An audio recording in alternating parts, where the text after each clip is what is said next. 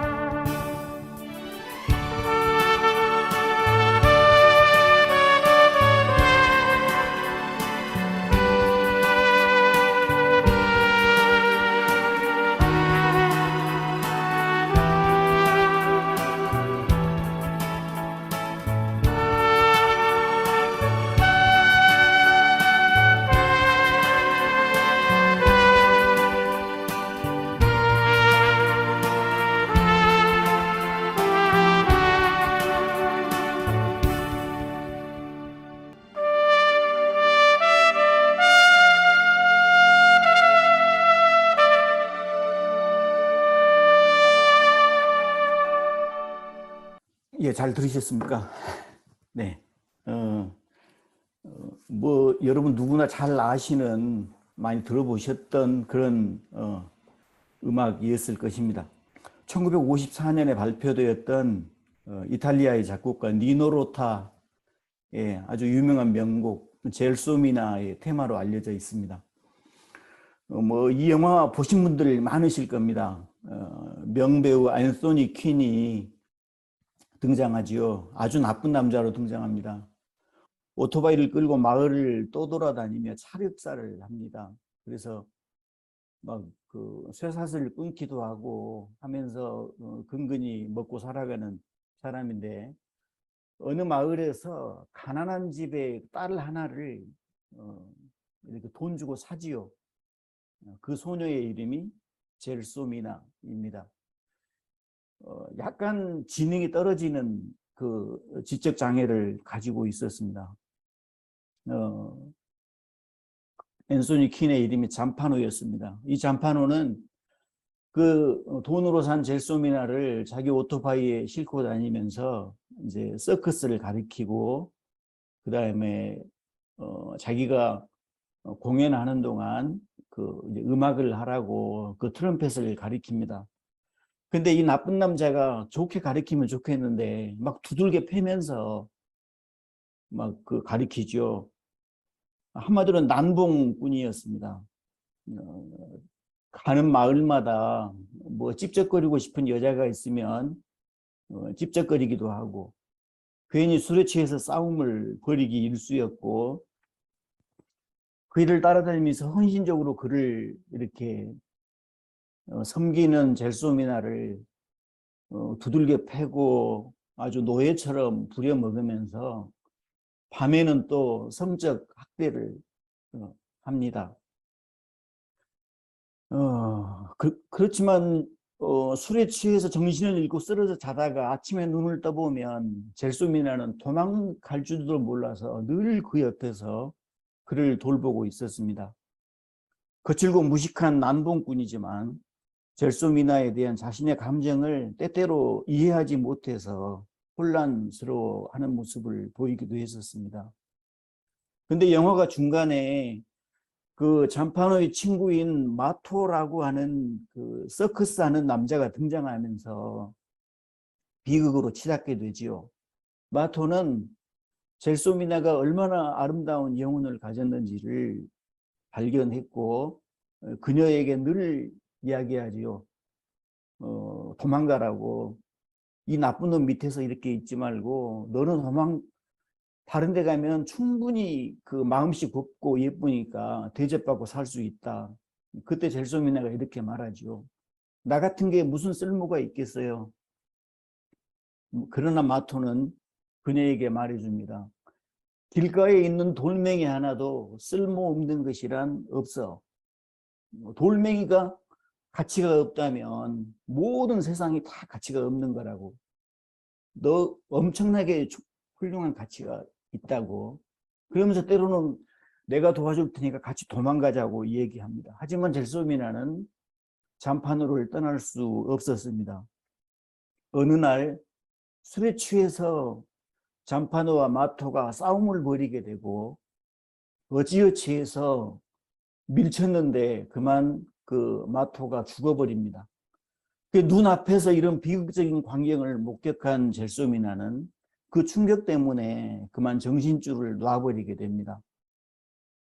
그러자 이 나쁜 놈 잠파노는 이제 그 정신이 이렇게 나가버린 젤소미나를 데리고 다니는 게 거추장스러우니까 어느 날 깊이 잠든 젤소미나를 그냥 내버리고 자신이 갖고 있었던 트럼펫을 그녀 옆에다 놔두고 혼자 도망가 버리지요.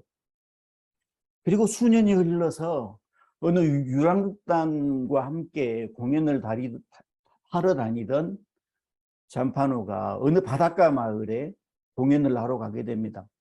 공연이 끝나고 또 술에 거나하게 취해서 이곳저곳을 기웃거리며 돌아다니는데 어디선가 자신이 젤소미나에 가르쳐줬던 그 노래를 흥얼거리고 있는 여자를 발견합니다.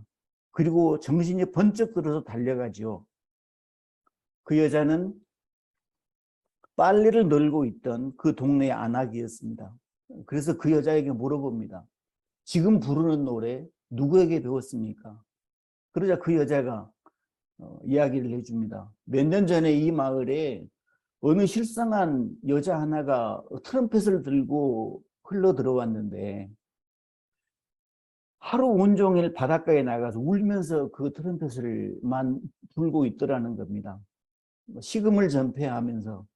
그러더니 시름시름 앓다가 얼마 전에 죽어버렸다는 거지요. 그래서 잠파노는 그 얘기를 듣고 나서 밤 바닷가를 술에 취해서 울부짖으면서 돌아다니죠. 젤소미나 젤소미나 하고 젤소미나를 부르면서 바닷가에서 그 쓰러져서 통곡하는 앤소니 퀸을 비춰주면서 영화는 끝나게 됩니다. 여러분, 이 영화의 제목이 뭔 줄을 기억하시겠습니까? 이태리 영화였습니다. 제목이 라스트라다입니다.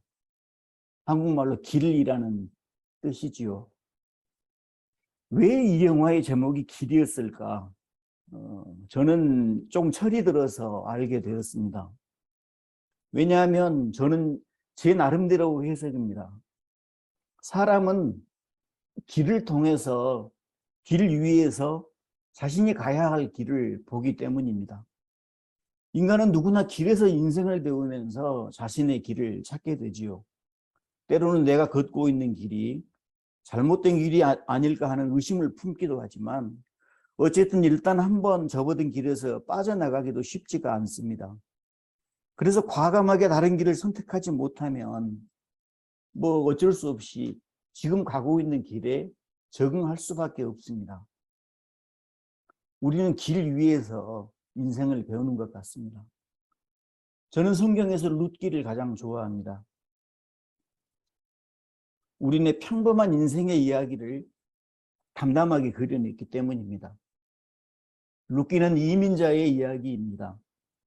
살던 땅에서 살기 어려워지자 아메리칸 드림과 같은 환상을 품고 잘 사는 나라로 이민을 떠난 나오미와 그 가족들의 이야기이지요. 처음 베들레헴에서 모압으로 이민 갈 때는 분명히 네 사람이었습니다. 나오미와 그의 남편, 건장한 두 아들. 이민 간 땅에서 아들 둘이 정착해서 결혼을 하고 가족은 여섯으로 늘어났지요. 뭐 그럭저럭 잘 살아가는 것 같았습니다. 그런데 무슨 일인지 그 집안의 남자 셋이 차례로 죽어버리고 이제 과부만 셋 남았습니다. 뭐 고대 사회에서 과부가 되었다는 것은 가장 밑바닥 인생이 되었다는 의미겠죠. 10년을 악착같이 버티다가 고민 끝에 결정한 것은 역이민이었습니다. 남편과 아들 둘을 동시에 잃어버린 그 낯선 땅에 정내미가 붙어 있을 수 없었을 겁니다. 그래서 이제 10년 전에 왔던 그 길을 걸어서 다시 처음에 왔던 곳으로 돌아가려고 합니다. 이민으로 올 때는 양식의 흉년을 피해서 이민을 왔지만 돌아가려고 하는 길은 인생의 흉년을 피해서 도망치듯 가야 하는 길이죠.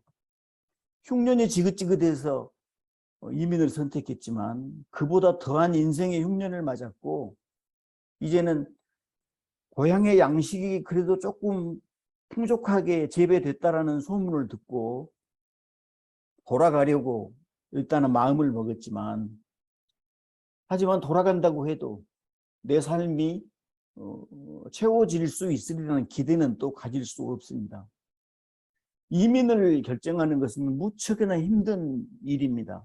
하지만 그보다 더 힘든 것은 왔던 곳으로 역이민을 하는 결정을 하는 것일 것입니다.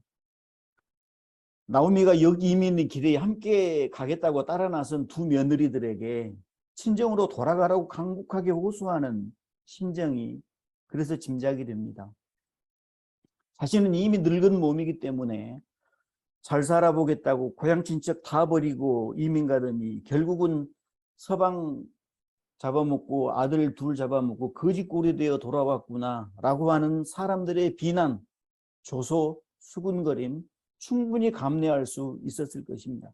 하지만 자신을 따라가려고 하는 젊은 두 며느리들은 상황이 완전히 다르죠. 그것도 자신에게는 미우나 고우나 베들레헴이 자신의 고향 땅이었지만 두 며느리들에게는 완전히 낯선 땅입니다. 게다가 그곳에서 그녀들은 상종 못할 이방인이라고 하는 인간 이하의 취급을 받게 될 것을 잘 알고 있었기 때문입니다. 누군가는 이렇게 멋진 말을 합니다. 세상의 모든 길은 맞닿아 있다고 말입니다. 하지만 제 생각에는 인간이 걷는 길은 절대로 끝이 맞닿아 있지 않는 것 같습니다. 오늘 우리가 읽은 룻기는 분명히 지금 한 길 위에 세 여자가 서 있습니다. 하지만 세 사람의 길은 마지막 목표의 길은 달랐습니다. 나오미의 길은 유다에서 모압으로 다시 모압에서 유다로 돌아가는 길이죠. 그 중에 며느리 한 명인 오르바라고 하는 며느리는 모압을 떠나서 유다로 돌아가는 길 위에 시어머니와 함께 서 보았지만 새로운 땅을 위해 발걸음을 옮긴다는 것이 얼마나 낯선 일이고 힘든 일이라는 걸 알기 때문에 발길을 돌려서 자신의 가족들에게, 즉 모압 땅으로 돌아가는 길을 선택하지요. 다른 한 며느리 루스의 길은 모압에서 유다로 가는 길입니다. 역시 시어머니와 함께 낯선 길 위에 있습니다. 두려운 길입니다. 그 새로운 길이 과연 그녀에게 새로운 삶을 보장할 수 있을까? 몹시 두려운 길이었을 것입니다. 어쩌면 이 세 여인이 마음속에 가지고 있고 가려고 하는 세 길은 우리 인생을 대표하는 길인지도 모릅니다. 자칫 우리가 이 대목에서 오해하기 쉬운 것이 있습니다. 우리는 때때로 너무나 쉽게 친정으로 돌아간 오르바를 우리가 갖고 있는 종교적 기준으로 판단해 버립니다. 여러분은 어떻게 생각하십니까? 자신의 고향과 가족을 선택한 오르바는 신앙적으로 비난을 받아 마땅한 사람입니까? 우상을 선택한 어리석은 사람이라고 우리가 판단할 수 있습니까? 성경은 그 부분에 대해서는 아무런 판단을 내리지 않습니다. 역시 우리도 그 부분에 대해서 판단을 내릴 자격이 없다고 생각합니다. 두 며느리는 분명히 고향으로 돌아가려는 시어머니를 따라가겠다고 같이 나섰고, 모압의 국경에 점점 다가갈 무렵 나온 시어머니가 분명히 말하죠. 됐다. 너희들은 이제 너희 가족들에게 돌아가거라. 나를 따라가서는 아무런 이익이 없을 거다. 새로운 인생을 살아라. 하지만 두 며느리들은 분명히 울면서 시어머니에게 매달렸습니다. 그리고 간곡하게 시어머니가 또 역시 울면서 부탁을 하자 결국 그 한 며느리는 친정으로 돌아가는 길을 선택했죠. 그녀들은 죽은 남편들에게는 좋은 아내였으며 과부가 된 시어머니에게는 극진한 효부들을 이었습니다.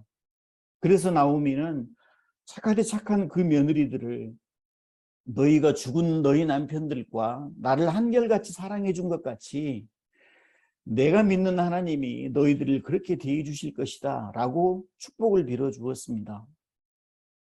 우리가 서 있는 길, 그것은 선택의 연속입니다. 세상에는 여러 갈래의 길이 있고 인간은 누구나 자신이 선택한 길 위에서 때로는 울고 때로는 웃게 마련입니다.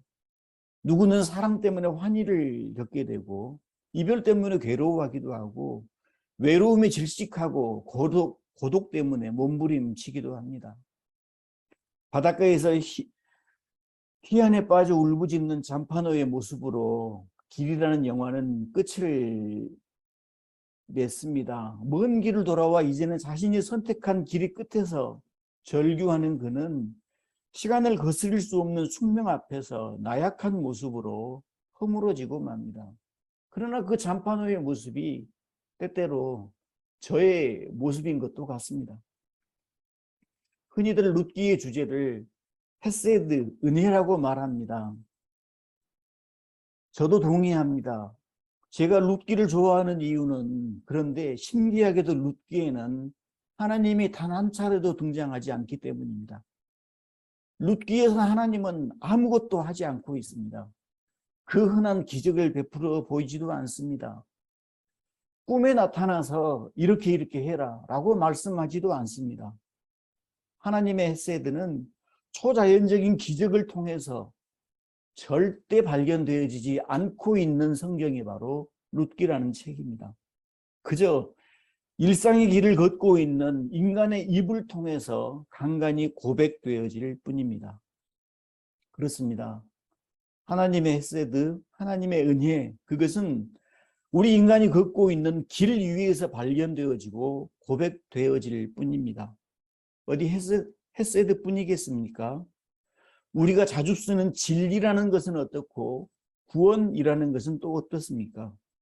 저는 솔직히 진리나 구원이라는 용어들을 별로 좋아하지 않습니다. 왜냐하면 그것들이 어떤 절대적 가치를 지니는 것으로 인식이 되는 순간부터 사람들은 그것으로 남을 억압하는 기제로 사용하고 심지어 거기에 자신의 목숨을 걸어버리기도 합니다.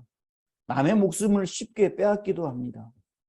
대신에 저는 그 모든 것들을, 즉 신약성경에 예수께서 나는 길이요 진리요 생명이다 말할 때 길, 진리, 생명 이 모든 것들을 저는 한 글자로 통합하는 것을 좋아합니다.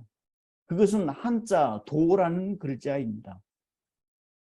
그런데 도라는 한자어를 살펴보면 참 재미있습니다. 참 힘들게 우리 박황희 형제님께서 계셔서 제가 문자 쓰기가 좀 대단히 거시기 한데 그래도 용서하시고 들어주시기 바랍니다. 제가 본 바로는 도라고 하는 글자는 책받침변에 머리 숫자가 얹혀져 있는 모습입니다.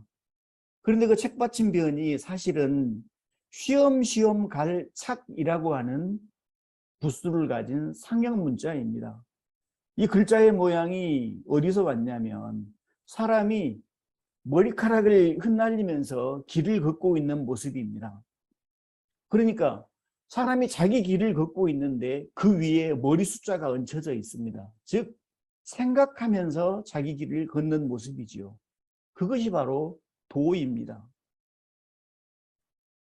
그러니까 도라고 하는 것은 걸어가면서 깨달아지는 것이라는 말로 일상을 생활하면서 깨달아지고 얻어지는 것으로 저는 이해하고 있습니다.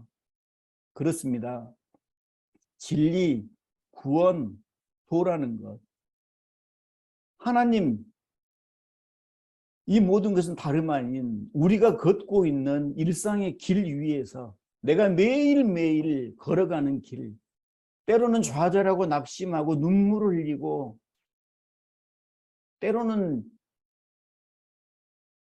지긋지긋하게 여겨지기도 하고 후회가 되기도 하는 그 길 위에서 만나지고 깨달아져야만 그것이 우리에게 가치가 있지 않을까요? 오늘의 담화였습니다. 감사합니다. 김웅조 형제님 감사합니다. 역시 많은 사색을 하게 하는 담화 말씀이었던 것 같습니다. 함께 시편 송소를 다시 한번 들으면서 이제 대화할 또 토론할 우리들의 생각을 정리하고 또 함께 생각을 나누는 시간을 갖도록 하겠습니다.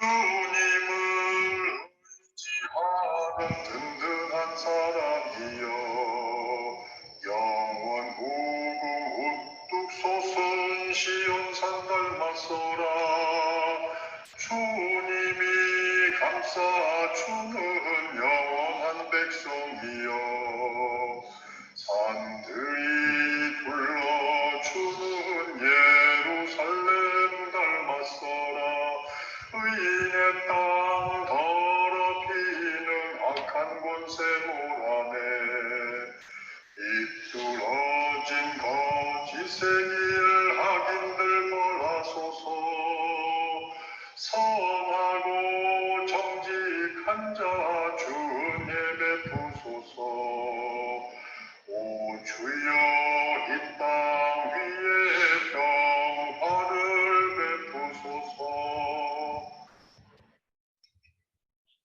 네, 우리 토론의 시간을 갖겠는데요. 여러분 다 아시다시피 마이크를 켜시거나 손을 들어서 표시를 하시면 제가 발언 기회를 드리겠고요. 많은 사람들이 참여할 수 있도록 발언 시간은 2분 정도 이내로 해주시기를 부탁드립니다.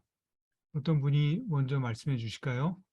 오늘 굉장히 많은 생각을 하게 해주시는 담화였던 것 같고요. 또 처음에 정말 모처럼 옛날 추억의 영화 라스트라다의 그 음악을 들어서 참 감회가 깊었습니다. 예, 스테파니 자매님 말씀해 주세요. 들리시죠? 예. 아유, 너무 감사합니다. 제가 사람이 아니야 괜찮아. 기쁠 때, 슬플 때, 또 아니 소리가 일로 들어가요. 괜찮아요. 네. 그리고 이렇게 감동적인 말씀을 들었을 때 눈물이 주체할 수 없구나. 너무 큰 감동 주셔서 감사하고요. 제가 생각할 때는 우리 삶이 정말 하나님 안에서 늘 받아들여 주신다는 확신이 생겼습니다. 우리가 어떤 모습으로 살던 간에 우리의 삶은 하나님 안에서 떠날 수 없는 정말 감격스러운 그 사랑 안에 살고 있다. 예, 그거를 그냥 전체적으로 보여주신 것 같은데 오늘 말씀 담화 내용이 정말 다양한 이야기들이 진하게 감동을 주고 한 스토리였다고 생각하고요. 저도 앞으로 더 신나게 감동받는 삶을 더 열심히 살겠습니다.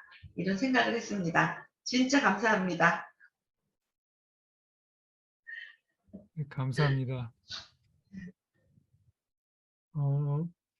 박광희 형제님 마이크는 켜져 있는데 모습은 안 보이네요.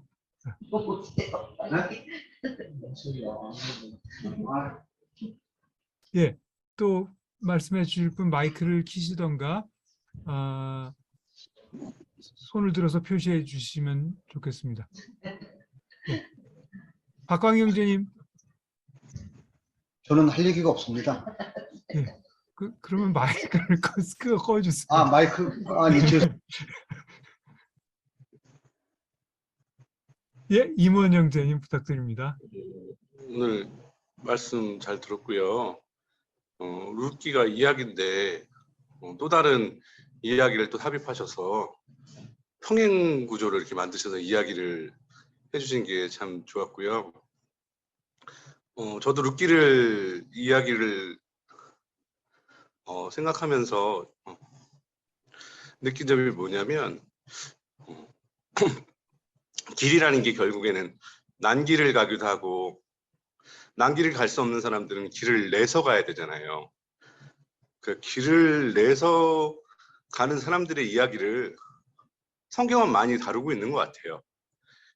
요셉 얘기도 그랬던 것 같고 결국 절망과 참담함 속에서 길을 낸 사람들이 희망을 주잖아요.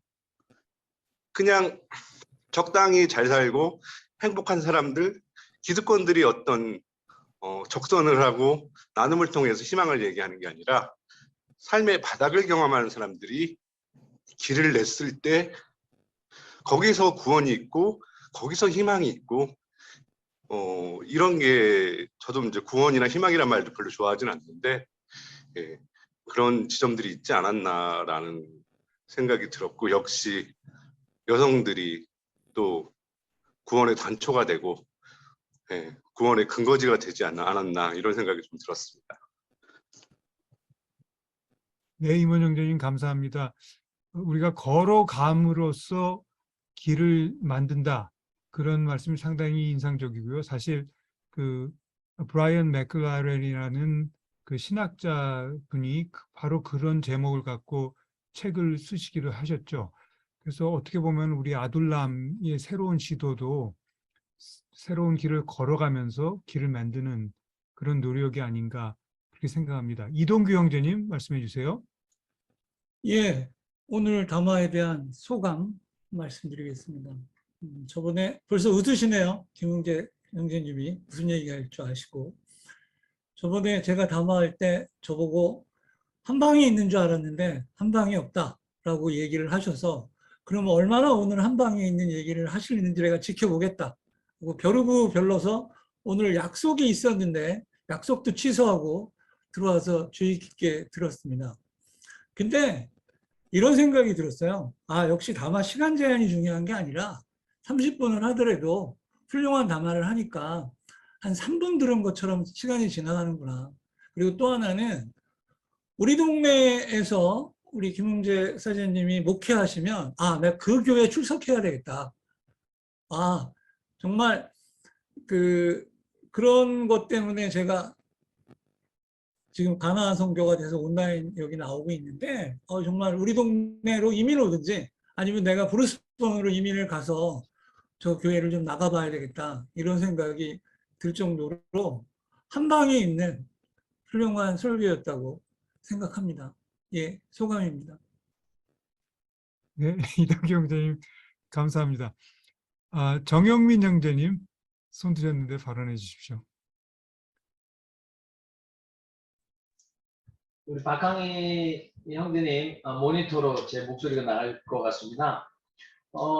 아무튼 이동규 형제님 소감인지 폭풍 칭찬인지 아무튼 아니면 뒤끝 장면인지 모르겠습니다. 농담이었고요. 오늘은 이제 김웅재 사장님께서 제가 이 룻기 본문으로 2번 놀랍니다. 우리 안미자 자매님께서 룻기로 아마 셀프 효도 한번 하셔가지고 아니 사실은 지난 어제 토요일 모임에 우리 안미자 자매님께서 친정 어머님을 모시고 오셨어요. 근데 제가 처음에 딱 뵀을 때, 아, 우리 안미자 자매님 셀프 효도 중이시구나.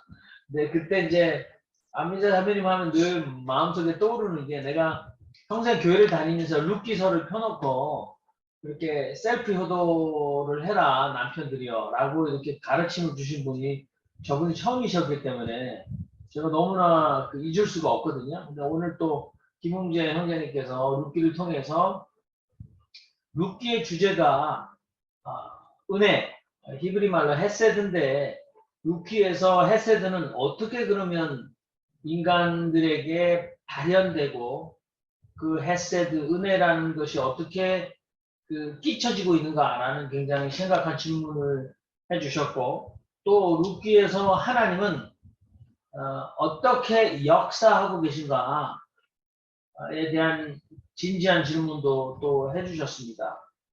그와 연관되어서 오르바라는 며느리는 우리가 불효, 그 다음에 그 세상 가치,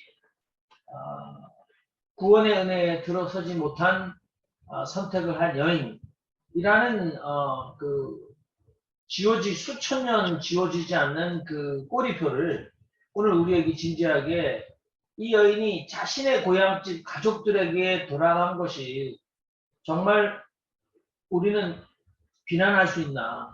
그 여인은 비난받아 마땅하는가? 성경조차도 침묵하고 있는데 우리는 왜 우리의 잣대로 그 여인을 이때까지 비난해 왔는가라고 묻고 계시면서, 도대체 이 오르바를 함부로 재단하고 입에서 구원과 진리를 끊임없이 발설하는 우리들에게 또 다른 인간이 구원과 진리라는 이 개념을 가지고 어떻게 우리들을 억압하는 기제로 사용해 왔나라는 그런 진지한 질문을 해주셔서, 저는 이것은 뭐 오늘 우리의 담화 시간, 담화 후 토론으로 이렇게 간단하게 얘기될 수 있는 것들이 아니다라고 생각하고, 계속해서 아둘람 온라인 공동체 전체가 이 물음을 가지고 함께 도반, 그러니까 그 앞에 또 우리 한자의 달인이 앉아 계셔서 이 말도 쓰기 굉장히 힘든데, 아니다, 마스크 쓰고 있어야지. 난 도대체. 도반, 길을 같이 가는 길동무로 우리는 이런 고민들을 계속해 나가야 되지 않겠는가, 그런 공감을 하면서 저 앞에 계신 우리 한문학의 달인께서 한마디 해주시기를 고대하고 있습니다. 이상입니다. 저 해야 돼요, 그러면? 네, 저도 지금 감사합니다. 목소리가 잘 들립니다. 목소리가 나가. 네, 저 한 말씀 이제 여러와 같은 여러분의 요청이 있으셔서 아니 뭐 이렇게 우리가 담화를 하고 나면 담화자의 내용에 대해서 이제 강평하는 어떤 이제 그런 이제 문화가 좀 정착이 됐는데, 저는 그 강평 좋다 나쁘다의 개념이 아니라 그 말씀을 내 인생에 좀 적용한다면 어떤 의미가 있을까. 사실 저는 룻기를 거의 뭐 설화 정도 이렇게 이야기 스토리 뭐 이렇게 취급을 했는데, 오늘 우리 김웅재 선생님 하시니까 굉장히 이게 감회가 새롭게 느껴졌어요. 아, 이런 시각에서 현대화된 룻기를 이해하고 볼 수 있겠구나. 근데 저는 이제 그때 무슨 두 가지 생각을 했는데, 하나는 조조 삼국지 여러분들 다 잘 아시잖아요. 거기서 그런 말 하죠. 봉산계도, 산을 만나거든 길을 내고, 우수가교, 물을 만나거든 다리를 놔라. 그러니까 이제 뭐 특히 이제 기업하시는 분들이 뭐 사훈이나 뭐 이런 말을 많이 쓰시는데, 어떤 그 창의력이 있고 창조적인 것도 하지만, 오신이라고 하는 사람은 고향이라고 하는 자기 글에서 또 길에 대해서 그렇게 얘기를 하잖아요. 본래 땅에는 길이 없었다. 걸어가는 사람이 많아지면서 길이 나게 됐다라는 그 유명한 말도 하고 그랬는데, 저는 오늘 그 도를 아까 설명을 하시길래 룻기 내용을 들으면서 머릿속에 내내 길에 대한 주제로 잠시 생각을 했는데, 제 생각에는 인생의 두 부류의 종류가 있다고 생각이 돼요. 그러니까 길을 걷는 자가 있고 길을 아는 자가 있어요. 그러니까 걷는 자와 아는 자의 차이는 과연 무엇일까?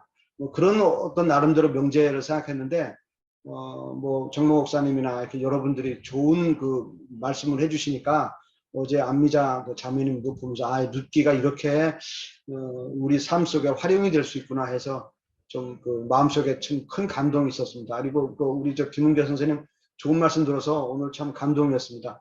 고맙습니다. 그 헌금은 제가 계좌로 보내드리겠습니다. 일러주시면 이상입니다. 꼭 쓸데없는 소리를 내가 해가지고. 네, 감사합니다. 채팅으로 곽영관 형제님, 사람은 누구나 길을 갑니다. 이렇게 코멘트 남겨주셨습니다. 또 누가 말씀해 주시겠습니까? 그리고 아까 김웅재 형제님 이 말씀 중에 그 이제 그 룻과 그 나오미의 그 이동을 이민으로 이렇게 표현해 주셨는데 또 이제 역이민이었다. 그리고 역이민을 굉장히 좀 부정적으로 평가하시는 것 같아요. 그런데 우리 모임에는 역이민을 하신 우리 지성수 형제님이 계시죠? 그 지성수 형제님의 그 역이민 경험자로서 좀 코멘트를 한번 해주시면 고맙겠습니다.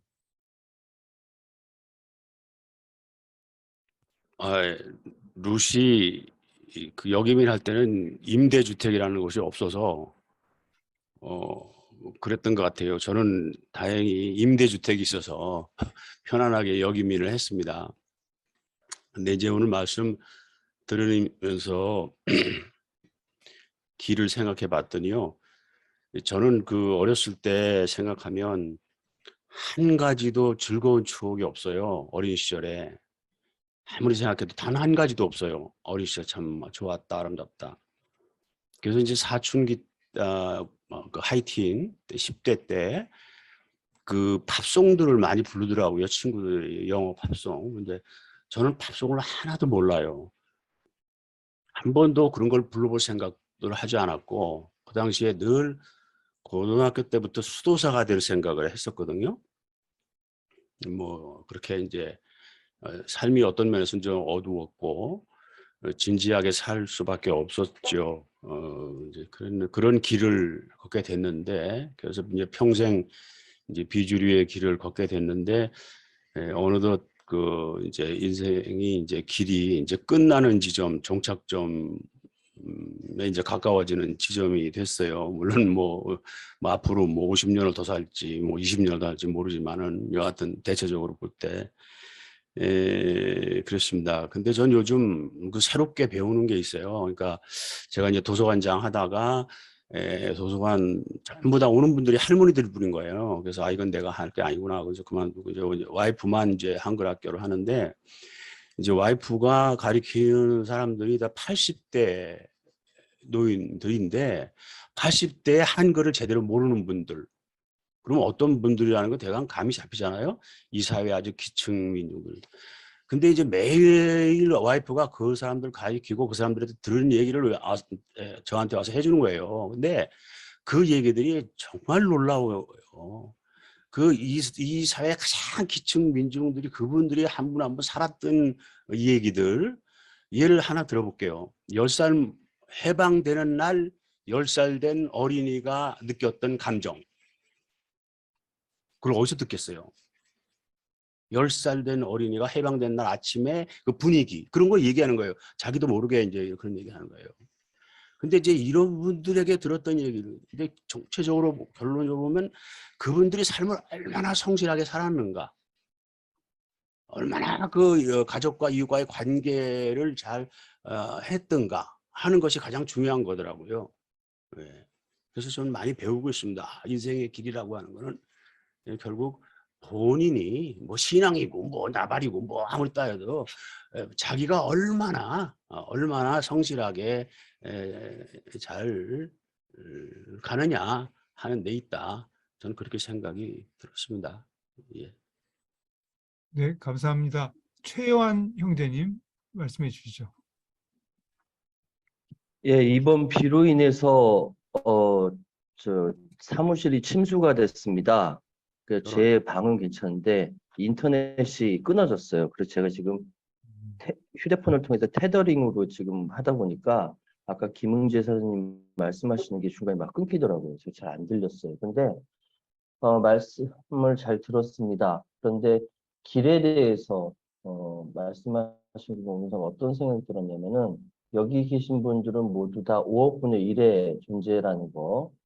아빠가 정자를 엄마한테 쏴주면은 그 중에 5억 마리의 정자가 막 가서 결국 한 마리만 딱 도착해가지고 새가 되고 여러분이 된 거지. 그러니까 탄생할 때부터 정자가 난자를 향해서 헤엄쳐가는 그 길이 72시간을 가야 된다는데 얼마나 힘들었겠습니까?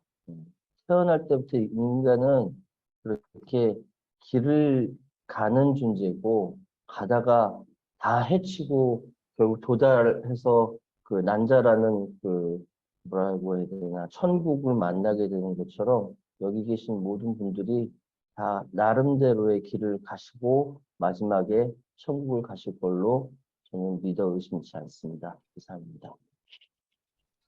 네, 감사합니다. 신성란 형제님 말씀해 주시죠.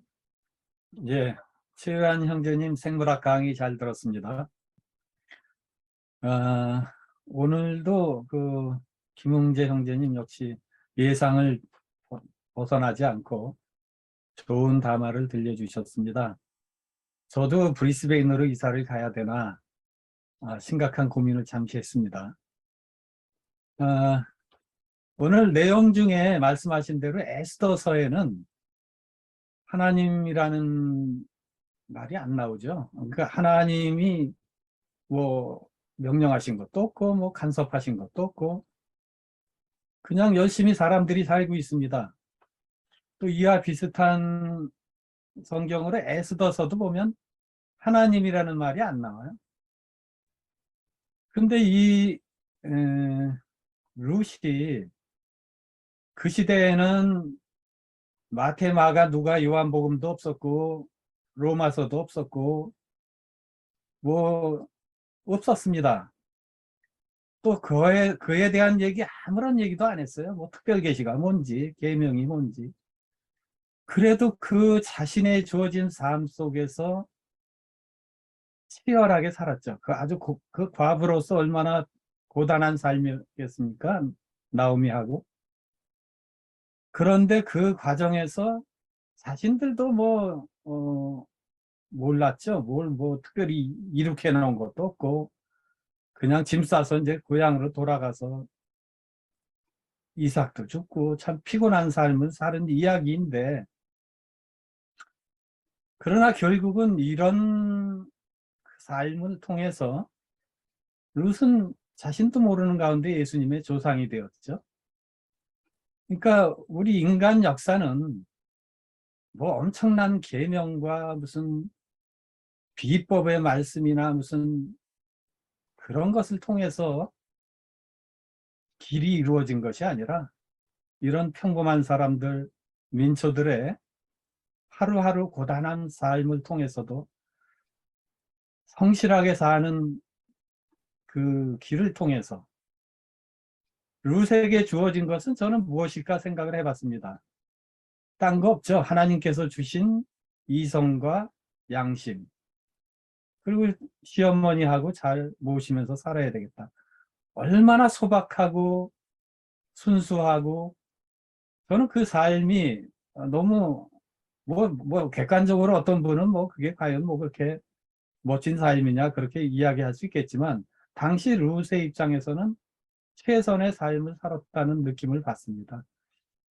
그래서 우리 삶이 뭐 남들이 볼 때 대단한 걸 이루어 놓은 것도 없고 뭘 보여주는 것도 없는 것처럼 보이지만, 많은 사람들이 아까 박 형제님도 얘기했지만 많은 사람들이 다니는 게 길이 되었다는 거 아니겠습니까?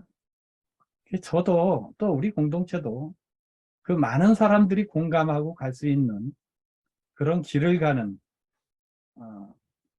뭐 그런 생각을 또 다짐해보는 오늘 좋은 시간이었습니다. 감사드립니다. 네, 고맙습니다. 다음은 안미자 자매님 말씀해 주시죠. 네, 여성으로서 또 제가 한마디 안 하면 안 될 것 같아서 하는데 하려고 합니다. 우리 김영재 형제님 이렇게 담은 내용 너무 좋았는데요. 저는 이제 그 시대적으로 그 누시 시어머니를 따라간 것은 아마 좀 지금하고는 맞지 않을 것 같고요. 아마 이 상황이 이조 시대나 뭐 이런 그런 상황이었다면 누시 시어머니를 따라간 게 맞을 수도 있어요. 왜냐하면 제 친정 엄마가 시집을 가려고 결혼을 하려고 하니까 우리 저희 외할머니가 엄마를 앉혀놓고 이제 시집을 가면 그 집 뭐 죽어도 나오지 말아라. 그 집 귀신이 되어야 된다. 이제 아무리 힘들어도 보따리 싸지 말라는 이제 그런 이야기를 하셨대요. 그건 이제 그 시대 상황이 그런 상황이었지만 지금 현재 지금도 이거 그 누순 뭐 맞고 아니면 오르바의 행동이 잘못됐다 하는 것은 이제 시대적으로 맞지 않다고 생각을 하고요. 지금도 그게 맞다고 하시는 분이 있다면 그분은 아직도 이조시대 사고방식을 가진 사람일 거라고 생각을 하고요. 제가 만약에 이제 제가 그런 딸이 있었다고 하면 그 뭐 남편도 죽고 과부로 혼자 자식도 없이 과부가 되었다면 제 입장에서는 돌아오라고 했을 것 같습니다. 친정으로.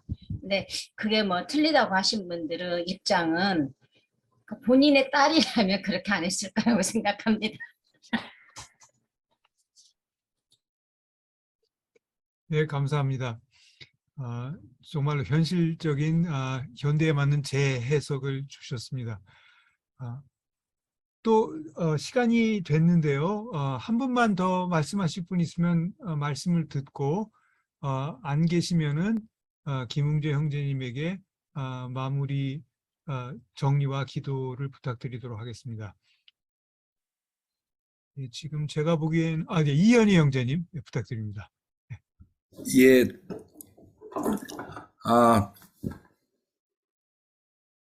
예, 너무 말씀 잘 들었습니다. 이게 해외 사는 사람들이 정말 귀에 쏙쏙 들어오는 말씀이었어 가지고 그냥 그 말씀 드리고 그 루시 그 모압 쪽 여자잖아요. 룻도 제가 지난주에 했던 거와 같이 그 참 유대인들이 싫어하는 모압 쪽 여자고 그러면서 이제 그 이스라엘의 하나님을 받아들여서 이제 자기 시어머니를 모시고 이렇게 가는 내용인데 이게 하여튼 가령 우리 주변에 누가 뭐 흑인 여자를 부인으로 맞아들였다 그랬을 때에 과연 이렇게 룻을 칭송하는 유대인들처럼 그렇게 한국 사람들이 그렇게 룻을 칭송하듯이 또 그 흑인 여자를 이렇게 충분히 칭송할 수 있나. 그 다음에 한국에 지금 무수한 그 베트남 여인들, 외국 그 부인들이 있잖아요. 그런 이제 다문화 가정들을 보면서 우리가 한번 많이 돌아봐야 되지 않나 그런 생각을 하게 되었습니다. 들으면서 또 이게 제가 이승용 형제님 생각이 자꾸 나더라고 또 그런 게 예, 그래서 한번 생각해보는 계기가 되었으면 좋겠습니다. 이상입니다. 네, 감사합니다. 또 말씀을 듣고 보니까 단순한 이민의 문제가 아니라 또 이게 문화를 뛰어넘는 그런 이동이었던 것 같습니다. 예, 그러시면은 더 말씀하실 분이 없으신 것 같으니까 김웅재 형제님에게 마무리 말씀과 축도 부탁드리겠습니다. 예, 담화 때마다 많은 분들이 이렇게 공감해 주시고 또 좋은 코멘트를 해 주셔서 정말 감사합니다. 큰 용기가 되고 힘이 되는 것 같습니다. 신성남 형제님, 이동규 형제님, 브리즈번까지 안 오셔도 되고요. 온라인으로 헌금만 보내주시면 됩니다.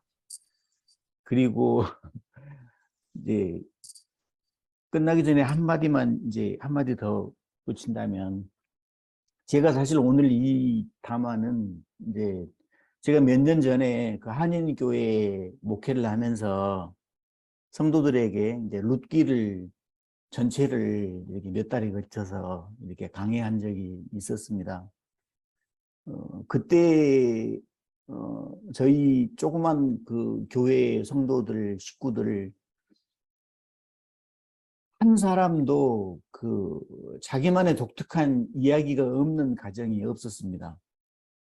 이제 우리 정영민 형제님이나 스테파니 자매님, 이현희 형제님, 양보영 자매님 충분히 무슨 말인지 이해가 다 되실 겁니다. 이민 가서 살고 있는 사람들은 정말 독특한 사람들입니다. 얼마나 독특했으면 자기 낳아준 부모, 친척 떠나서 나라까지, 민족까지 버리고 다른 곳에 가서 살겠습니까? 그러다 보니까 각 가정마다 갖고 있는 이야기 보따리가 정말 뭐 몇 날 며칠 밤을 새도 모자랄 정도로 그 고비들을 다 넘어 온 이야기들이었습니다. 그래서 이 룻기를 성도들하고 함께 그 몇 달 동안 강의를 하면서 제 자신이 그 설교 준비를 하면서 혼자 막 운 적도 있었고요. 그런 적들이 있었습니다. 특히 역이민을 하려고 했을 때 그 나오미의 심정. 왜냐하면 저도 그 역이민을 생각했어야만 하는 상황이 되었었거든요. 그리고 가족들에게 우리 다시 한국으로 돌아가야 되겠다. 돌아가자 하고 이삿짐센터까지 다 뭐 연락을 하고 했는데 그 다음날 아침에 우리 둘째 아이가 그때 초등학교 5학년이었는데 학교를 가면서 나한테 가만히 귀에다 대고 이렇게 말하는 거예요. 아빠, 한 번만 더 생각해 보세요. 우리 정말 한국으로 돌아가야 되냐고. 나는 너무 무섭다고.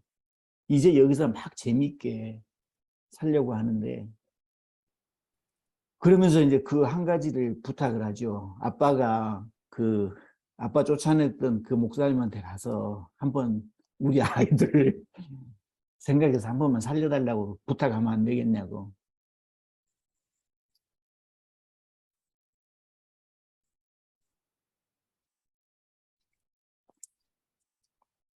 죄송합니다. 그런 상황들을 경험을 했기 때문에 이제 이 역이민 한다는 게 얼마나 힘들겠는가. 또 저도 역시 한국으로 다시 간다고 하면 주변의 사람들 어이구 외국에 뭐 후임 목회자로 청빙받아서 가더니 1년도 못 돼서 다시 짐작가지고 돌아왔네. 이런 것들의 두려움이 너무나 저에게 이렇게 크더라고요. 그런 상황들이 있었습니다. 참고로 이제 우리 이민자들이 갖고 있는 그런 특수한 상황 말씀드렸습니다. 죄송합니다. 기도하시겠습니다. 주께서 오늘도 우리에게 이렇게 말씀을 나누면서 또 함께 위로와 격려, 공감할 수 있는 시간 주셔서 감사합니다. 저마다 다른 길을 가고 있지만 비슷한 길을 가고 있는 아름다운 도반들로서 가슴속에 늘 깊게 각인되고 남아있는, 힘들 때 서로 위로가 되어주고 그 누군가를 생각하는 것만으로도 잠시 기쁨이 되어지는 그런 아름다운 공동체로 남아있기를 다짐하며 소망합니다. 성부와 성자와 성령의 이름으로 기도드립니다. 아멘.